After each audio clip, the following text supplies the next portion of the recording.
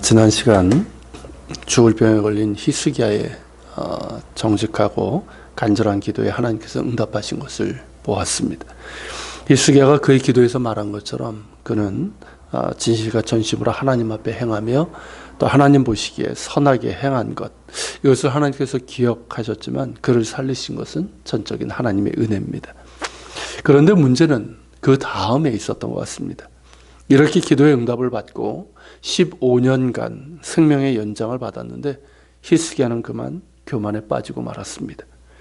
열왕기하 20장에 따르면 히스기야가 병이 들었다는 말을 듣고 바벨론 왕 블로닥 발라단이 편지와 예물을 사신편에 히스기야에게 보냅니다.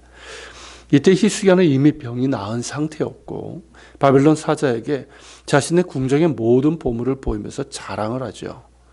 자신의 부와 힘을 잠재적인 적에게 보이면서 자랑을 한 겁니다. 어리석은 짓이죠. 게다가 어찌 그 부와 힘이 자신의 자랑이 될 수 있겠습니까? 이는 분명 하나님께서 주신 선물입니다. 그에게 부를 더하셨고 많은 나라의 명성을 더하게 하셨습니다. 그런데 히스기야는 그것이 자신의 힘으로 얻은 것처럼 자랑하면서 하나님을 높이기보다는 자신의 공덕과 업적을 높이며 자랑한 것입니다. 교만은 하나님의 것을 도둑질하는 겁니다. 하나님께서 은혜로 주신 선물이고 복인데 그것을 자신의 힘으로 얻은 것처럼 자랑하면서 하나님이 아닌 자신을 높이고 있으니 그것이야말로 도둑질이 아니면 무엇이겠습니까? 그렇다면 히스기야는 왜 이런 교만에 빠졌을까요? 이 점이 참 아쉽고 안타까운 모습인데 그가 이런 교만에 빠진 이유는 감사를 잃어버렸기 때문입니다.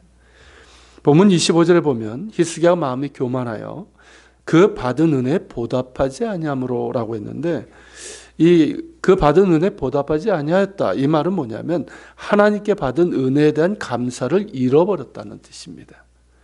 이것이 제일 위험할 때입니다. 우리의 마음과 삶에서 하나님의 은혜에 대한 감사를 잃어버릴 때, 감사가 메마르고 인색해질 때 이때가 제일 위험하다는 것입니다. 감사가 사라지면, 감사하는 마음이 메마르고 인색해지면 내게 주어진 것들은 다 내가 한 것이고 내 것이 되고 맙니다. 그 반대로 내가 없는 것들은 불평과 원망이 되고 말 것입니다. 히스기야의 경우는 그 모든 것이 하나님의 은혜로 주어진 것임에도 불구하고 감사를 잃어버리니까 이렇게 교만하여 적에게 어리석은 짓을 하게 되었고 그것이 결국에는 빌미가 되어서 큰 화를 불러오게 됩니다. 그나마 다행인 것은 히스기야가 그 마음의 교만함을 뉘우쳤다는 것입니다. 그래서 하나님의 진노가 그의 생전에는 내리지 않았다는 것이죠. 히스기야의 경우에서 보는 것처럼 이 교만이라는 놈은 우리가 조금만 방심해도 찾아옵니다. 히스기야는 사실 다윗 솔로몬과 비견되는 그런 왕이고 분열왕국 시대에는 가장 위대한 왕으로 칭송받는 인물이었습니다. 실제로 그는 진실과 전심으로 하나님을 사랑하며 하나님 앞에 행했고 하나님 보시기에 선을 행했던 인물입니다. 그런 그임에도 순식간에 교만이라는 놈이 찾아온 것이죠. 그렇다면 우리는 어떠하겠습니까? 우리 자신을 돌아보면 얼마나 가볍고 간사한지 모르겠습니다. 조금만 잘하고 조금만 가지면 마음이 교만해져 자신을 한껏 높이죠. 그 교만이 결국 하나님의 은혜의 선물을 자신의 공로로 가로채고 맙니다. 하나님의 것을 도둑질하는 것이죠. 지금 한국교회 일부의 타락이 그런 것 아니겠습니까? 명성교회 세습이나 몇몇 교회들의 문제의 중심에는 교만이 그 중심에 있습니다. 하나님을 말하지만 결국 자신의 공로를 주장하는 것 아닙니까? 내 거니까 주기가 싫은 거죠. 그렇게 하나님의 것을 도둑질하는 교만이 그 자리에 있습니다. 그 교만을 회개하고 돌이킬 때만 희망이 있습니다. 그래야 진노 중에라도 긍휼을 베푸시는 하나님의 긍휼하심이 임할 것입니다. 우리 역시 언제고 찾아올 수 있는 교만을 주의해야 됩니다. 교만에 빠지지 않는 길은 은혜를 잊지 않는 것이고 은혜에 대한 감사가 우리 마음 가운데 늘 있어야 합니다. 분명 우리의 공로가 있습니다. 히스기야만큼은 아니어도 우리가 하나님을 위해서 했던 것들이 있습니다. 삶에서도 애쓴 노력이 있습니다.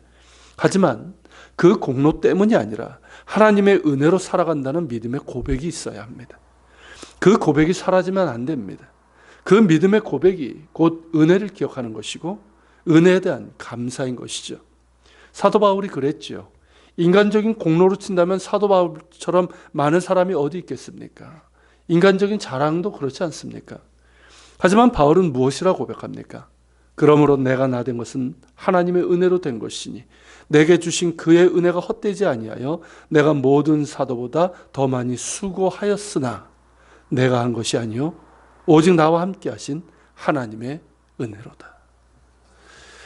내가 나된 것은 하나님의 은혜로 된 것이니 내가 모든 사도보다 더 많이 수고했지만 그것은 내가 한 것이 아니라 오직 나와 함께 하신 하나님의 은혜로 된 것이다.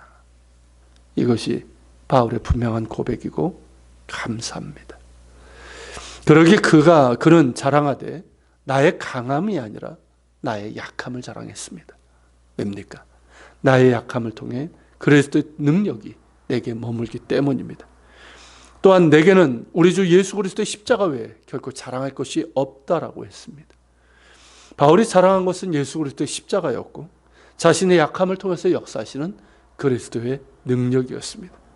자신이 무언가를 이루었을 때 오히려 주님 십자가 앞에 엎드렸고 자격 없는 자를 불러주시 그 은혜에 감사하며 나의 약함을 통해서 주의 능력이 나타나기를 구했던 것입니다.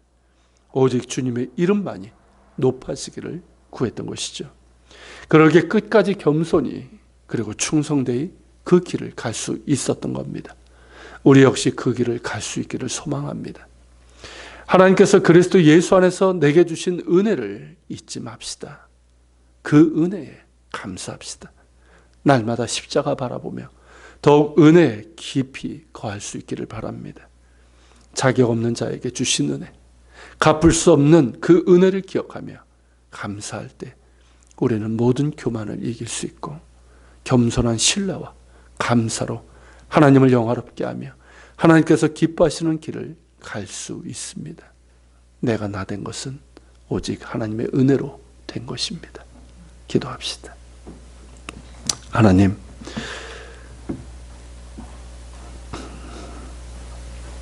히스기야, 우리보다 훨씬 더 하나님을 사랑하고 진실됐던 그 사람이 교만이 찾아오니 이런 모습을 보였나이다. 우리 자신은 이보다 훨씬 더합니다.